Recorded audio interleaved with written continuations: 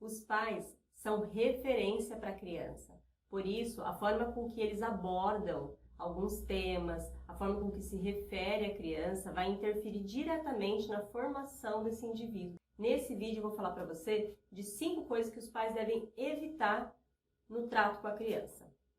Mas antes da gente iniciar o vídeo, lembre-se de se inscrever no canal, curtir, compartilhar esse vídeo com outras famílias e também me seguir lá no Instagram, onde eu posto vídeos diariamente, vídeos mais curtinhos, para falar um pouquinho sobre a dinâmica da família, um pouco sobre sono e rotina. Meu nome é Roselaine Viana, sou psicóloga especialista em atendimento infantil e orientação familiar. Uma das coisas que a gente deve eliminar na comunicação com a criança é as ironias, sarcasmo, piadinhas e as brincadeiras provocativas, pois isso deixa a criança muito irritada e não ensina ela como resolver o problema. E, aliás, ensina ela a zombar, tirar sarro e provocar quando uma pessoa, de repente, está irritada ou chateada. Então, o que seriam essas brincadeiras, essas piadinhas ou brincadeiras provocativas ou sarcasmo que eu estou dizendo? Então, por exemplo, você pede para a criança vir arrumar o quarto, a criança vem com aquele desânimo, e aí você fala, aí vem o modelo de coragem, aí vem a coragem, né? Ou, seu bebezinho, larga de ser chorão, e outras brincadeiras que tenham conotação dupla, mensagens distorcidas. Isso não ajuda a criança a resolver o problema, não ajuda a criança a lidar com aquela situação e dá para ela uma informação muito distorcida, tá? Distorcida do que é certo fazer, distorcida do que é adequado fazer. E se ela aprende a lidar dessa forma com as situações, com a outra pessoa, quando a outra pessoa está irritada, pode ter certeza que quando ela aprender e tiver possibilidade de fazer a mesma coisa, ela vai fazer isso com você. E aí você vai achar isso um desrespeito. A segunda coisa que devemos evitar é anular os sentimentos negativos da criança. Sentimentos como raiva, tristeza, saudades. Muitas vezes os pais querem resolver as coisas para a criança, querem deixá-la feliz o tempo todo. E tem situações que não dá, a criança precisa passar por aquele momento, ficar um pouco triste porque o amigo vai viajar ou vai morar em outro estado, em outro país, ela vai ter que ficar longe desse amigo, uma mudança que ela vai fazer e aí vai perder a convivência com aqueles amigos que ela gosta tanto, ou um bichinho de estimação que morreu e é um momento de luto que ela está passando. Então, o ideal é que a gente converse com a criança, deixe ela falar sobre as emoções dela. E se a gente conseguir colocar exemplos nossos, né, do que aconteceu quando a gente era criança também, como que você lidou com a situação, ou mesmo como adulto, como que você lida com uma situação parecida com aquela, como que você se sentiu, vai ajudar a criança a observar os seus sentimentos, se perceber, e isso vai fortalecê-la. Eu não preciso tentar resolver tudo de imediato. É ajudar a criança a se sentir acolhida, para que ela entenda que os sentimentos que são negativos, que fazem com que a gente tenha um desconforto a princípio, são sentimentos que fazem parte da vida. E isso vai dar para ela um repertório para lidar com situações mais complicadas lá na frente. O terceiro ponto que devemos evitar é comparar o nosso filho com outras crianças, com um amiguinho, com um irmão ou com outra pessoa, porque isso dá uma referência para ele de que as outras pessoas são sempre melhores que ele. Isso mexe com a autoestima da pessoa.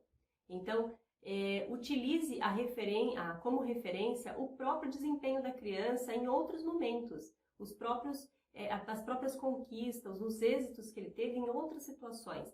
Então, por exemplo, ele precisa aprender ou entrou numa aula nova e a criança está insegura, está com medo. Então, utilize como referência outras situações, um aprendizado, por exemplo, de bicicleta, como quando ele aprendeu a ler e escrever, o primeiro dia da escola, como que foi. Mostra para a criança que ela também teve medo em outras situações, que ela também se sentiu insegura em outras situações, mas que ela enfrentou ou que exercitou e aí conseguiu, né? Então, utilize ela mesma como referência. O quarto ponto que deve ser evitado são os rótulos, sejam eles com conotação positiva ou negativa. Então, você é lerdo, você é chato, você é bravo, ele é preguiçoso. O que acontece? As crianças acreditam naquilo que os pais falam. E quando você fala isso para a criança repetidamente, a criança vai introjetar essa informação como sendo verdadeira, como sendo ela. E aí o que vai acontecer é que ela vai corresponder a essas suas expectativas. Então, na hora que você fala para ela fazer alguma coisa, ela vai falar assim, eu não vou fazer, eu sou preguiçosa mesmo. Eu escuto várias vezes na clínica a criança se rotular com falas que os pais trazem. Então, eu sou preguiçosa mesmo, tia. E aí ela aceita aquilo, ela não vai fazer para mudar isso. Então, isso não ajuda a criança a mudar, só faz com que ela aceite algo que vocês estão colocando na cabecinha dela. Então, a gente não utiliza o rótulo. E o rótulo positivo é a mesma coisa. Por exemplo, quando eu falo para a criança, você é inteligente, você é muito boazinha. Então, acontece muitas vezes da criança sofrer uma agressão na escola e ela não corresponder porque ela tem medo do que os pais vão pensar dela, né? Ela reagir, dela falar um pouco mais ríspido com aquele amigo que está provocando ela, ou até muitas vezes, por exemplo, de enfrentar uma situação, uma criança que é muito boa em matemática, não aceitar entrar num desafio de matemática, por exemplo, com medo do que vai acontecer, de como vai ser o desempenho dela lá, e ela perder aquele rótulo que ela tem de inteligente. Então, isso engessa, poda a criança.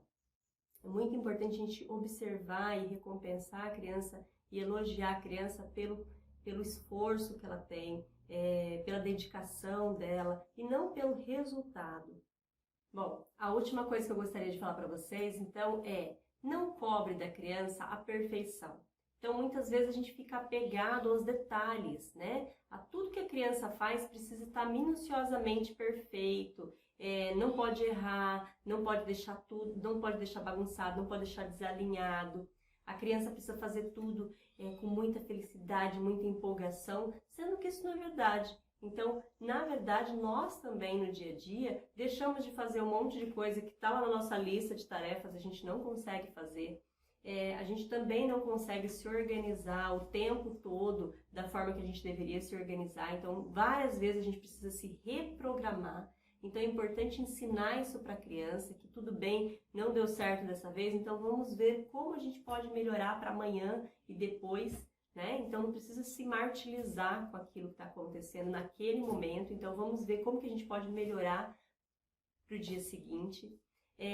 A questão também, quando eu falo para vocês da empolgação para fazer as coisas, nós também não sentimos tanta empolgação para fazer algumas coisas que a gente não gosta no dia a dia. Por exemplo, lavar uma louça, lavar o banheiro, lavar uma roupa, passar roupa. Mas fazemos porque nós temos o compromisso com o bem-estar da família. A criança, muitas vezes, vai fazer alguma coisa e ela não precisa estar super feliz com aquilo. E é isso que a gente deve ensinar para a criança, que você não vai fazer porque você ama fazer aquilo, que aquilo ali te traz, que é legal e divertido, como jogar um videogame ou assistir um filme. Você tem que fazer porque é importante, faz parte do convívio com a família, de viver em sociedade, em participar da cidadania familiar. Então é isso que a criança precisa entender e fazer, porque faz parte do convívio com a família e em sociedade, e não só porque é legal e é divertido.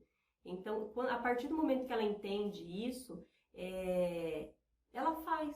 E aí o que acontece? Eu não preciso esperar que ela faça, você vai fazer emburrado? Vai lavar a louça emburrado? Tá, deixa lavar a louça emburrado, é você que não tem que falar nada. Então, deixa ele lá lavar a louça emburrado, porque o aprendizado vem com a repetição e a importância daquilo vem com a maturidade. Então, a gente precisa também nos acalmar o nosso coração para esperar que as coisas aconteçam no momento certo. Eliminar todos esses pontos que nós falamos no vídeo vai ajudar com que o seu filho tenha um desenvolvimento emocional mais saudável, que ele se sinta mais autoconfiante e seguro em relação a ele mesmo e em relação à dinâmica familiar. Você já se pegou fazendo algum desses itens que a gente comentou no vídeo? Qual desses itens você pode melhorar aí na rotina da tua casa? Compartilha aqui com a gente. Um forte abraço!